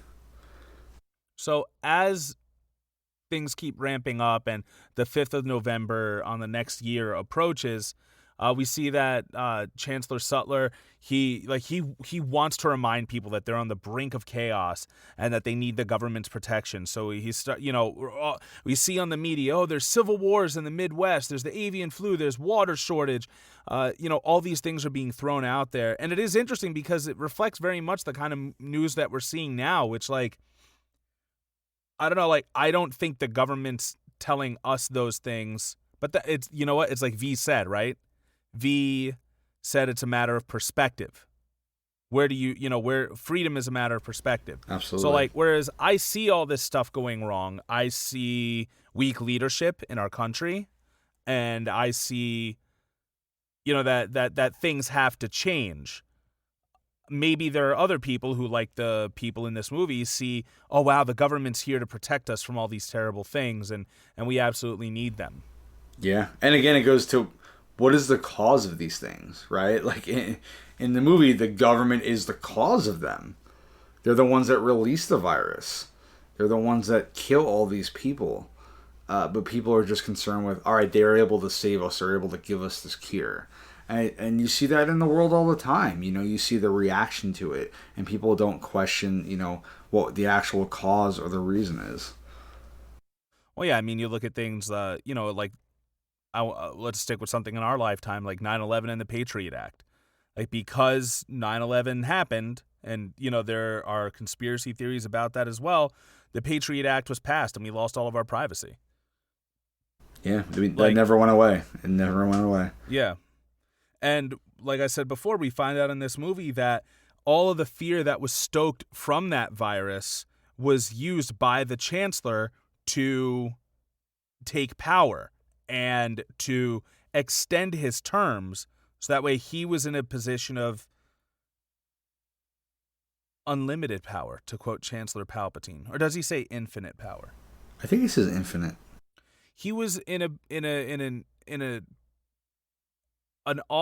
that office for an indefinite amount of time, and that is, he was able to do that through fear, and whether or not you believe, COVID was a conspiracy that was made up, blah blah blah. Like, I think we do see that the president, he wants to move the election date now. Like, we do see him taking a bunch of route shortcuts here and there to try and gain more power and stay in office. Oh, like, we shouldn't accept the mail-in ballots for the election. It's not secure, right? It's not secure, he's saying. Yeah. He fucked up, or to quote a bunch of people in this movie, he bollocksed up the handling of a global pandemic, or at least a national pandemic, because he can't control what else is going on. But he bollocksed up a national pandemic. And now, there are governors who are trying to do what they can for their own states, and Trump is outright calling out certain governors and trying to radicalize their own citizens against them. It really is wild. It is wild. And what you find too is, like, as much power as Sutler has, he's not that prevalent in the film. You see him a few times. And in the comic, they really go into this, which I don't think the movie captured that well. He is almost a slave to the system himself. He is constantly in that room monitoring things and directing things. And they didn't really talk about it in the movie, but there's like this computer system that he has that runs all of the cameras and all of the media and all the things in England, and allows him to control everything. And at one point he talks about how basically Sutler's crazy and he doesn't feel any kind of connection to humanity. He thinks it's just him and God, and this computer system is so perfect that he feels connected to it. And so he's obsessed with it. And every time V fights back and manipulates them, he gets more and more nervous. And you see him slowly unraveling through the comic as he's beginning to lose his own mind, trying to figure out how V is manipulating his perfect system. Oh, that's really cool. I like that aspect of it. I wish they would have shown more stuff like that in the movie. I mean, I could see why they didn't.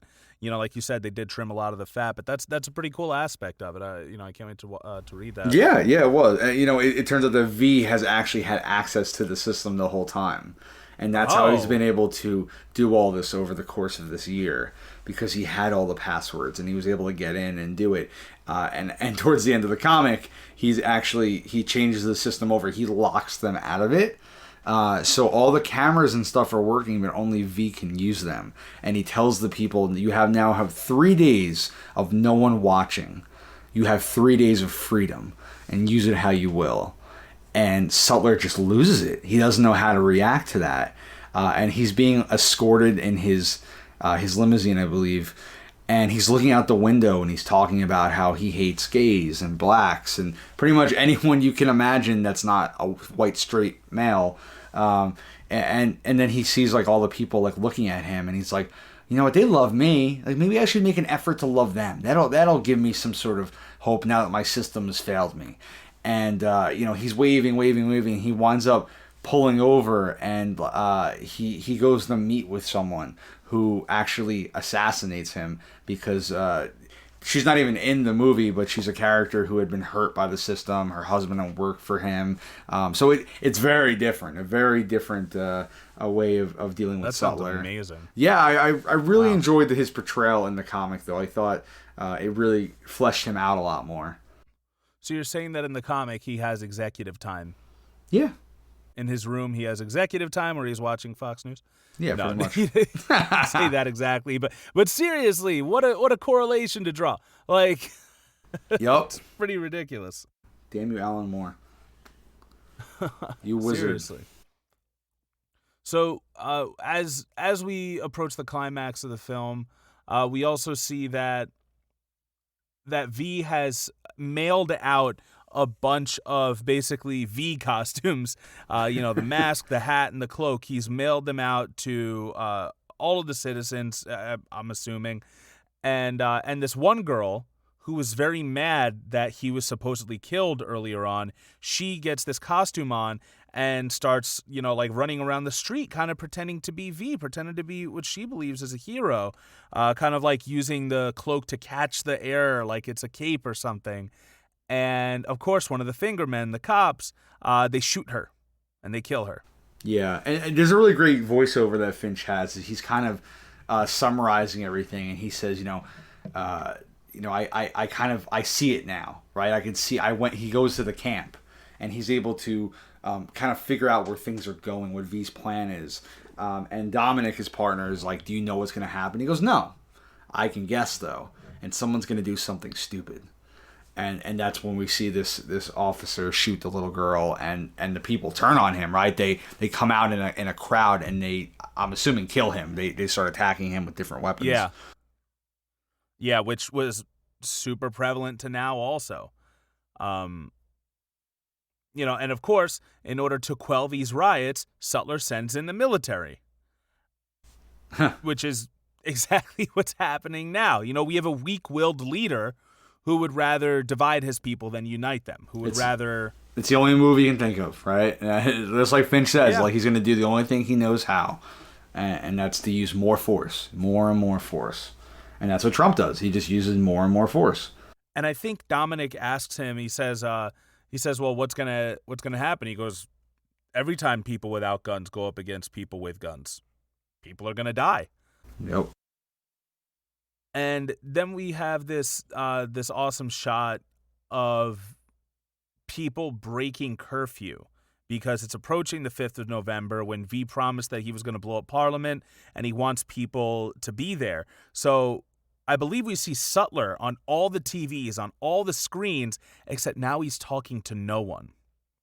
And it's been a consistent shot throughout the film that every time the TV is on and people are talking, all these people are watching it. Like you said, people at home, people in the pub, people in the old folks' home, they're all watching. And now the camera's going through and we see nobody there. They pulled themselves away from the media's lies and they are now. I feel like Alex Jones, and they are now, and it feels powerful. No, and they are now.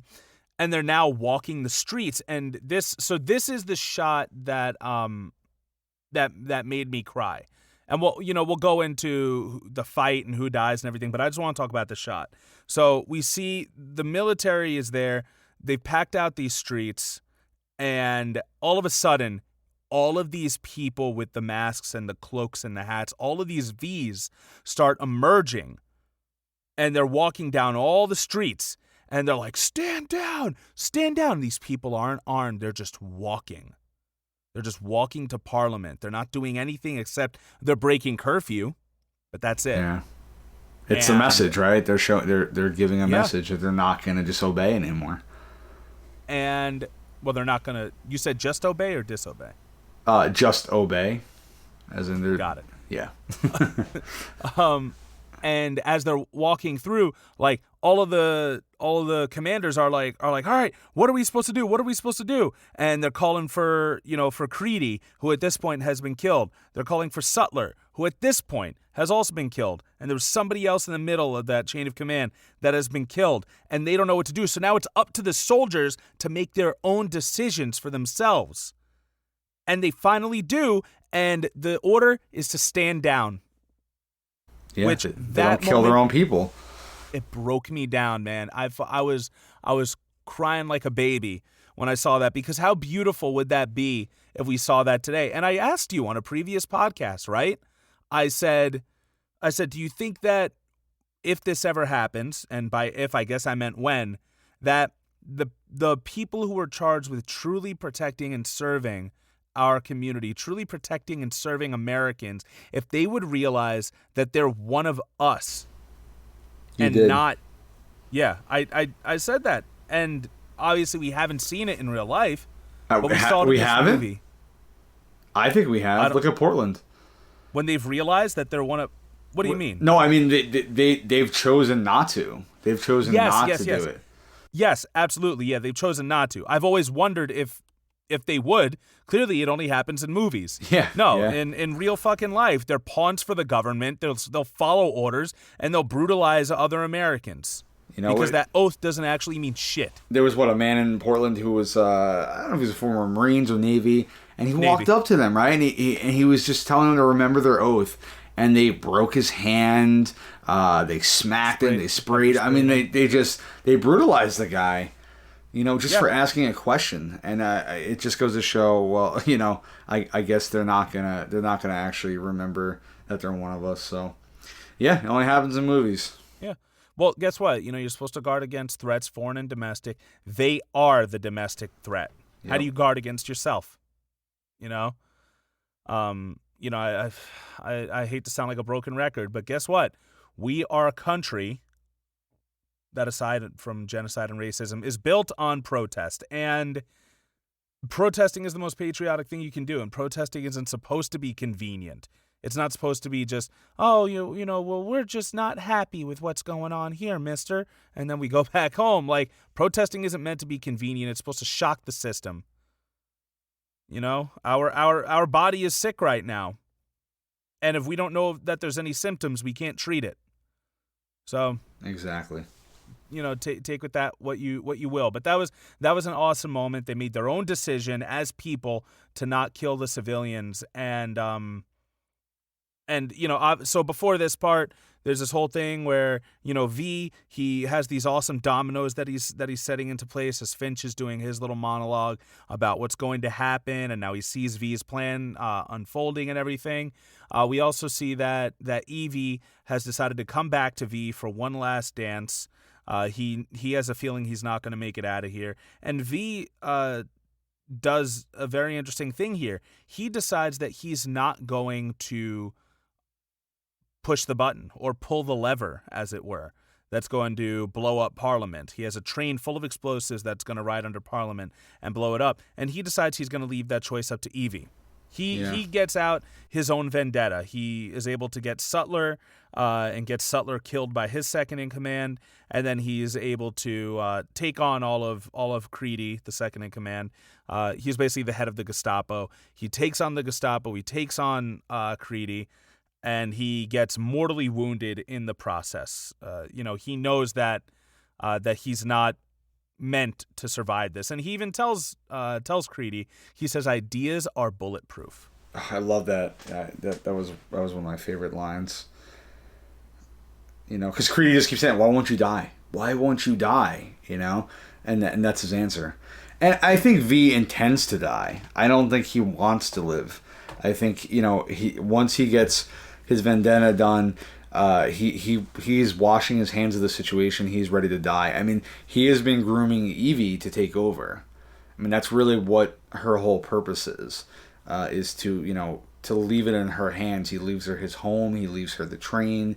He lets her decide, what to make of this new world. He has eliminated the heads of this government.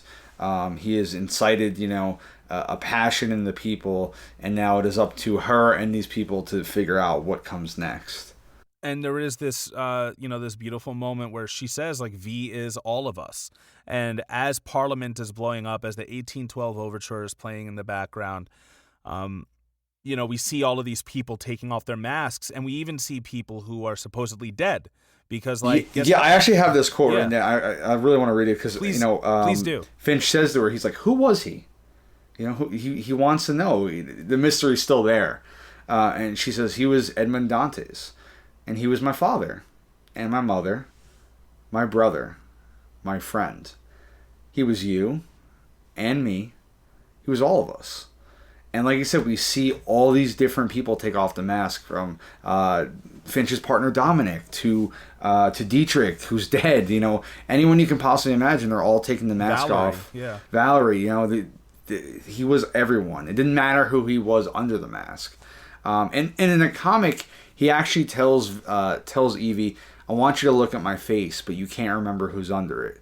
You have to remember it's the mask. So when he dies, she's pressured to go and look at his face, and she's afraid to. And she keeps going to look at him, and she keeps imagining she's going to pull the mask off, and it's going to be her father. Or it's going to be someone she knows. And ultimately, she's like, if I take it off, you won't be that symbol anymore. You'll be a person.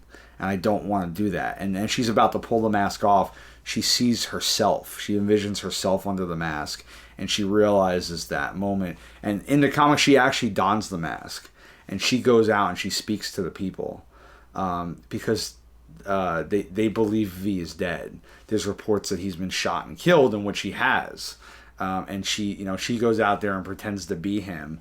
And the people, they rise up at that point. And then, just like in the movie and the comic, she activates a train with V's body in it, which does blow up Parliament. And it's very powerful. It is. That's. You got to get this book to me soon. Yeah. She actually kidnaps someone else to be her. Someone she's going to train to take over for her in the comic. So I did hear that mentioned in that podcast. Yeah, it's almost like Batman, right? Like there's always there has to be someone under the mask. There needs that symbol to keep pushing it forward. And they really hammer it home in the comic. Her and V's conversation. She just says, "I won't kill," and he says, "That's right. You're going to rebuild." He says, "It's up to you how it happens." You and the people. And she goes, "I'm not going to lead them. I won't be in charge, but I will help guide them, and I will help them rebuild." Because it's up to the people to decide it. It's not one person's job. Exactly. And I think because we've been born into this world, just with the idea that there are better powers in place that are with better people, smarter people than we are. We've kind of let them run away with that. That idea of, I'll just sit idly by and know that they're doing the best thing for me. And that's not, now we're realizing that that's misguided. Yeah. I mean, I think this ending is very much a socialist ending, right? I mean, The definition of socialism is a political and economic theory of social organization, which advocates that the means of production, distribution, and exchange should be owned or regulated by the community as a whole. And I mean, that's what we're seeing here, right? It's the people coming together to decide their future, and obviously they've overthrown fascism, and they have to figure out what the next step is. You know what this made me think about, though? What's that? It's actually the most hopeful I've felt about things in a while, and I don't know where we're going to go from here. Is there going to be a physical rebellion? Are you and I going to be involved in it? If we are, we're probably going to fucking die. Let's be real. Yeah. I'm It's not scary. doing enough sit-ups. I'm not an expert marksman. But chances are, if it does come to that, it's going to happen, because you know what, I've had more than 3 years. Valerie had 3 years, right? Yeah. I've had 5 years being with an amazing woman, who I'm going to marry. I think I've been happier in my life than any person who's come from where I come from has the right to be. I've made amazing friends. I've lived a good life. I've lived more life than Breonna Taylor got to live, than Tamir Rice got to live, than Trayvon Martin got to live, than any of the Black Panther leaders who were assassinated by the CIA got to live. I don't have any less of a responsibility to do the right thing. So if it does come to that, because guess what? The only reason Evie did what she did was because she had nothing to lose at that point. But it's important to know too, Evie didn't fight in the traditional sense. So I think we're all going to have to make a choice of, are we going to stand there and do nothing? And if we're not, how are we going to help? Are we Everybody has a part to play. Yeah, are we going to be V? Are we going to fight back? Are we going to, literally incite violence to defend ourselves?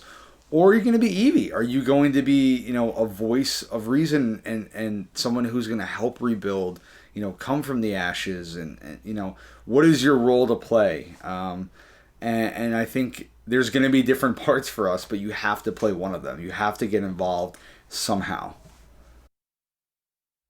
And I actually didn't finish that because that wasn't a hopeful thought saying we might die. But no, you're right. And so long as everybody does play their roles, unfortunately, I think there are people who are going to arrive even later than we have to this fight. Oh, absolutely, absolutely. Because I do know people who don't see anything wrong with the way the government's functioning, but they have every reason to, and it will come to them eventually. They will wake up. But I think we'll win. And I'll tell you why. Okay. I think we're going to win because the conviction is stronger than the other side's desire for power, I think. I think that our conviction... Yeah, I think... Good. Phew. Yeah, and it may sound idealist, but, guess what? It may be 10 years. It might be 20 years. But it doesn't, like V says, that idea doesn't die. Men die. An idea doesn't die. And, it goes back to earlier when we were talking about Bernie Sanders. And I'm like, how the fuck, if it was 5 years of me fighting for the same thing, I would give up. He's been fighting since, for however long. And that's why. There is an idea. And as long as that idea is there, I don't know, I just feel like the greed for power and the whole capitalist structure, I don't think there's any passion behind it, and that's why it won't last. It doesn't have the same passion that we have. Yeah, I do agree with that.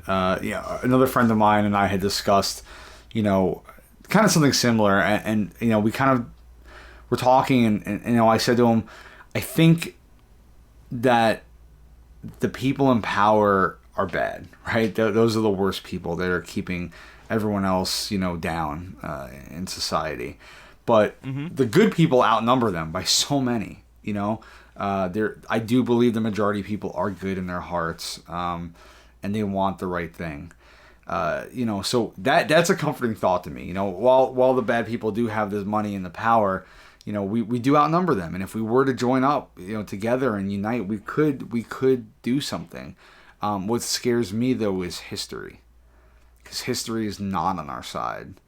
And time again, you've seen anytime something good tries to come from, you know, from another government, from another country, it doesn't work.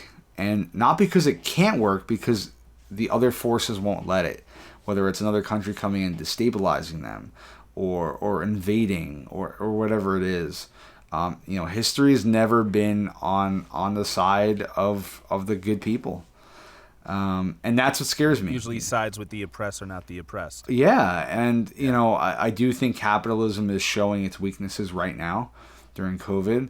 And I think, you know, there's a very good chance it could collapse on itself, because it's proving that it's not the answer, not the end all be all. But I don't know. I don't know if I believe that we're going to be able to rise above this and make something greater. I hope so. I hope you're right. I really do. Me too, man. You know, I mean, who knows? It might not even be the U.S., dude. Like, you know, 20, 30, 40, you know, 100 years from now could be a very different place. And we've changed so much in the last 100 years. Just imagine what the next 100 are going to bring. Yeah. We are such a big fucking country, too. Like, as I'm realizing, like, how geography works and everything, and how there are entire countries that are the size of one of our states. Yeah, it's pretty wild, right? It's like, mind-blowing. How do you know, the fact that we've lasted as long as we have is insane. It's against all odds. It's so surreal. I mean, maybe hope comes in the form of Venezuela or Cuba. Oh, yeah, or maybe, or you know, secession from, you know, who knows. But you know, we gotta play our part, like you said, and like V said, look in the mirror, because just as responsible as some of those people up top are, you're also responsible in your own way if you're complicit. Yeah, next time you say, well, listen, I don't get involved in politics, remember that. Yeah, that is you being complicit. And silence, and this is not an original quote from me, silence in times of oppression always favors the oppressor. Always. We also see the movie close out to the credits, and the credits actually have speeches from Malcolm X and Gloria Steinem in them. That's pretty great. Yeah, I like kept it on for a little bit, and I was like, oh, what do you know?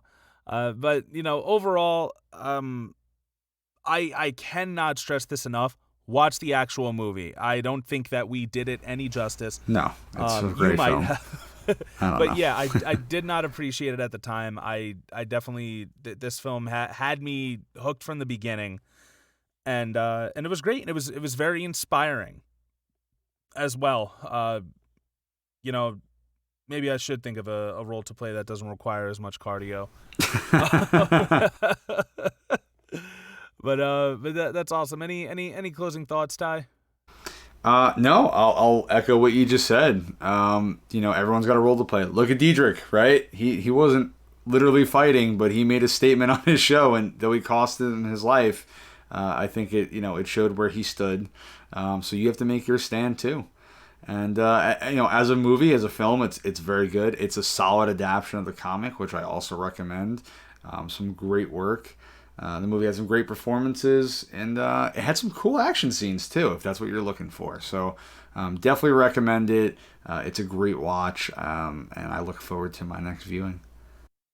Fantastic. You heard it here first, folks. Definitely watch V for Vendetta, because 15 years later, it is still relevant, and it was relevant, 20 years after it was written? Yeah. So 22 years after it was written? 22 years.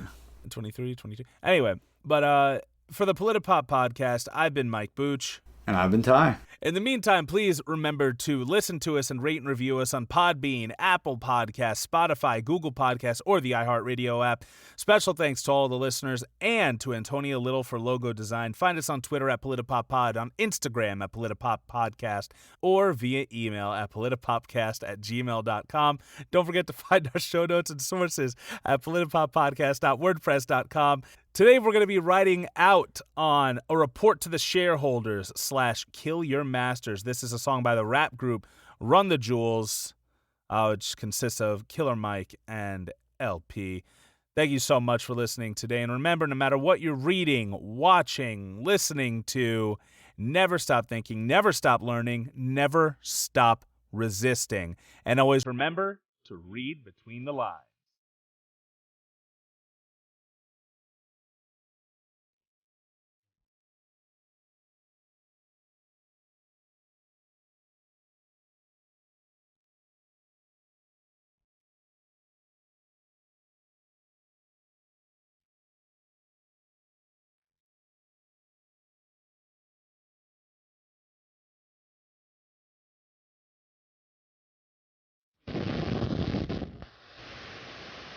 Recording. All right, great. On the count of 3, we snap. Okay. Ready? 1, 2, 3. That sounded a little off. It did. Do you want to do it on 3 or just after 3? I did it on 3, so it's up to you. Oh, shit. Imagine we've been delayed this whole time. All right. We'll do it on 3. Okay. 1, 2, 3. Welcome to the Politipop Podcast, the podcast. There's actually a lot of stuff surrounding, like, how Alan Moore, what's it called when you forsake something? Forsaking When you it. give up something. Giving it up. Alan Moore. It's not forsake. What is it? Forsaken? I don't know, man. No,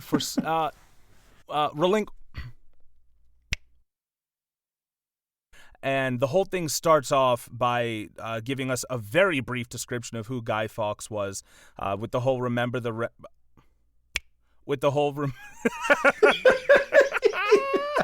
can't wait for the outtakes.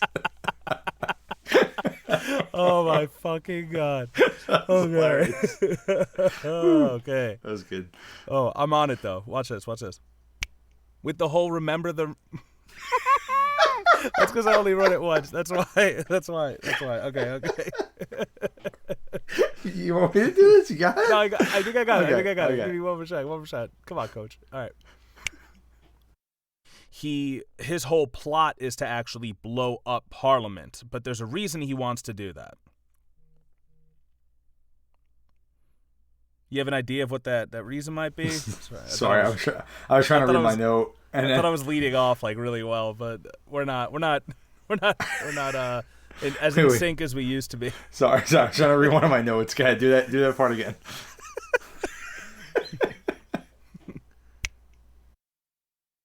Yeah, and he does have this way. So I will admit, I did listen to another review of this podcast on the Now Playing Movie Review podcast. For those of you who are huge movie buffs, a review of the podcast. What? You said you listened to another review of this podcast. Like Evie asks him, she says, "Are you going to kill more people?" What are you doing, V? Don't kill the people. Don't kill the people. And he originally wrote it to critique Thatcher. He originally wrote it to... I'm sorry. We can never host a podcast together again. All right. Yeah. That's good. And he says, really good. Was it the government or the media? What does it say? No, I got to look it up, damn it. I forgot the other half of it. Damn it. How did it get there? Writers use lies to tell the truth.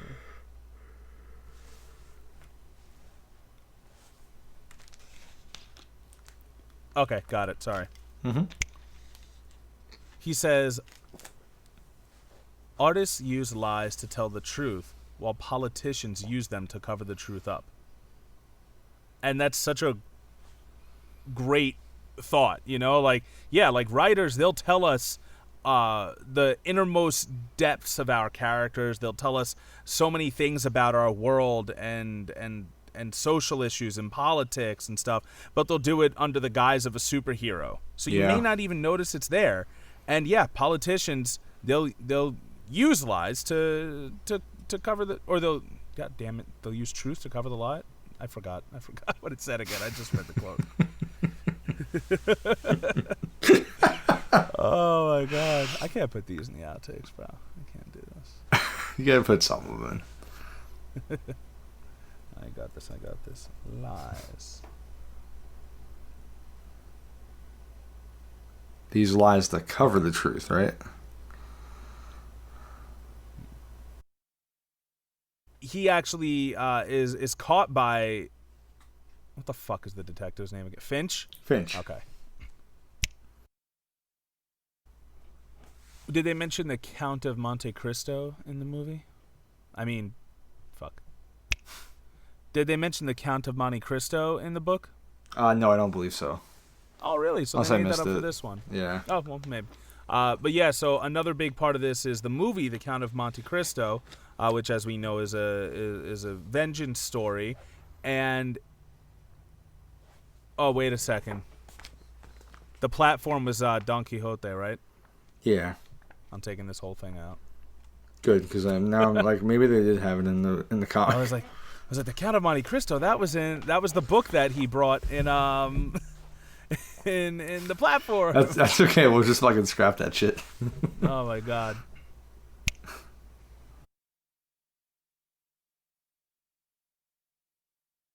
And I've been Ty. Please listen and rate. Fuck. It was 28 years, by the way. It's 28 years? Yeah, because it wasn't written in 82. Yeah, it was 82. Yeah. What's math? No, wait. Not 28 years. Holy fuck. 92, 2002, 2012. 38 years later. It came out in 2005, dude. Oh, I thought you were talking about the comic. I'm sorry. Oh, wait. So... You said after it was written. Yeah, it was. Is it 12 years later? Let the listeners do the math and then listen to this in the fucking outtakes. they can handle it. Oh my god. Or via Gmail at. And remember, we're gonna be